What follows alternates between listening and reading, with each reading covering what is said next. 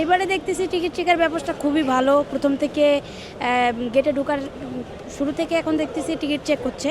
ওই ক্ষেত্রে ফ্যামিলি সহ রিস্ক অ্যাভয়েড করার জন্য আমরা একটু আগেভাগে রওনা দিয়েছি। অফিসিয়ালি আমরা একদিন ছুটি নিয়েছি। সচরাচর আগের চেয়ে অনেকটা ভিড় কম এই মুহূর্তে।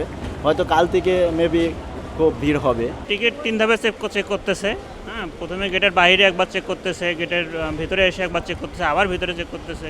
ঈদের যে আগ মুহূর্তে একটা ভিড়ের জন্য অনেক ক্রাউডলি থাকে, এই কারণে আমরা পূর্ব প্রস্তুতি নিচ্ছি যাতে আমরা ফ্যামিলি নিয়ে সহজেই কোনো দুর্ঘটনা ব্যতীত আমরা যাতে গন্তব্যস্থলে পৌঁছেছি। মূলত এই উদ্দেশ্যে আমরা ঈদের ছুটির 4 তারিখ থেকে মূলত ছুটি আমরা এই জন্য 3 তারিখে প্রস্তুতি নিচ্ছি যাতে সুন্দরভাবে ফ্যামিলি নিয়ে পৌঁছাইতে পারি আর কি। হ্যাঁ, আসলে অনেক ক্রাউডলি থাকে প্রতিবারই আমরা দেখি, এই জন্য যাতে আমরা পথে সুন্দরভাবে ভ্রমণ করতে পারি উইদাউট ক্রাউডলি ব্যতীত আর কি, জনকীর্ণ ব্যতীত। আজকে দেখতে পাচ্ছেন মানে সচরাচর আগের চেয়ে অনেকটা ভিড় কম এই মুহূর্তে।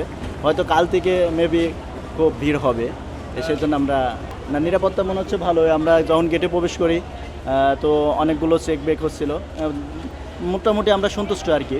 আর অনলাইনে আমি টিকিটটা কাটছি অনলাইনে। আমাদেরকে 3টা ধাপে চেক করা হয়েছে। আর আপনি দেখতে পাচ্ছেন আইন শৃঙ্খলা বাহিনীর যে পিছনেও আছে। মূলত যাই হোক, আমি সন্তুষ্ট আর কি এই বিষয়টা নিয়ে। দেখলাম যে ছুটিটা যেহেতু ঈদের আগে একদিন আগে হচ্ছে, কাল থেকে সব ছুটি সবাই যাবে, তো আমরা চিন্তা করলাম যে একদিন আগে চলে যাই, কারণ ভিড়ের মধ্যে যাওয়াটা খুবই রিস্ক।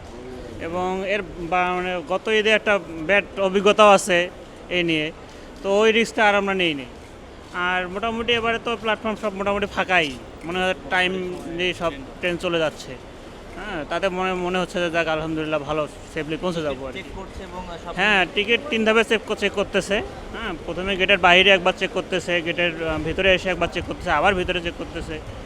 তো মোটামুটি আর কি ভালো পরিবেশ আলহামদুলিল্লাহ। সেক্ষেত্রে দেখা যাবে যে যারা স্টুডেন্ট তারা যদি আগেই চলে যায় তাহলে হয়তো ঈদের যে মানে হচ্ছে যে ভিড়টা, হ্যাঁ, যারা চাকরিজীবী তারা যখন যাবে তখন অন্তত ভিড় কিছু কম হবে। আমাদের 4 তারিখে হচ্ছে সরকারি ছুটি শুরু হবে আর কি, 5 তারিখ রাত্রে।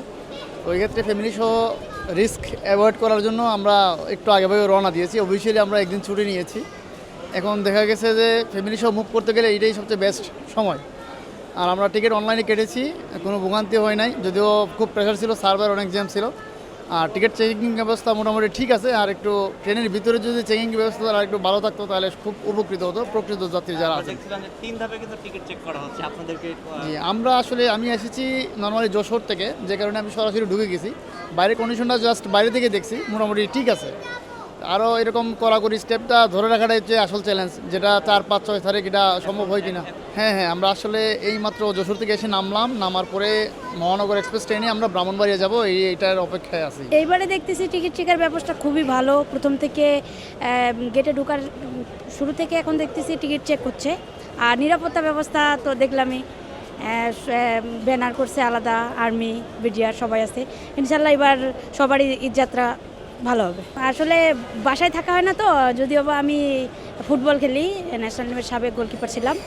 তো এখন বিপিএড করতেছি, বাসায় অনেক দিন ধরে যাওয়া হয় নাই, সেই ঈদের পরে আসি, এখনও যাওয়া হয় নাই। তো আজকে দিয়ে পরীক্ষা শেষ হয়েছে, তাই আজকে যাচ্ছি সবার সাথে ঈদ করার জন্য।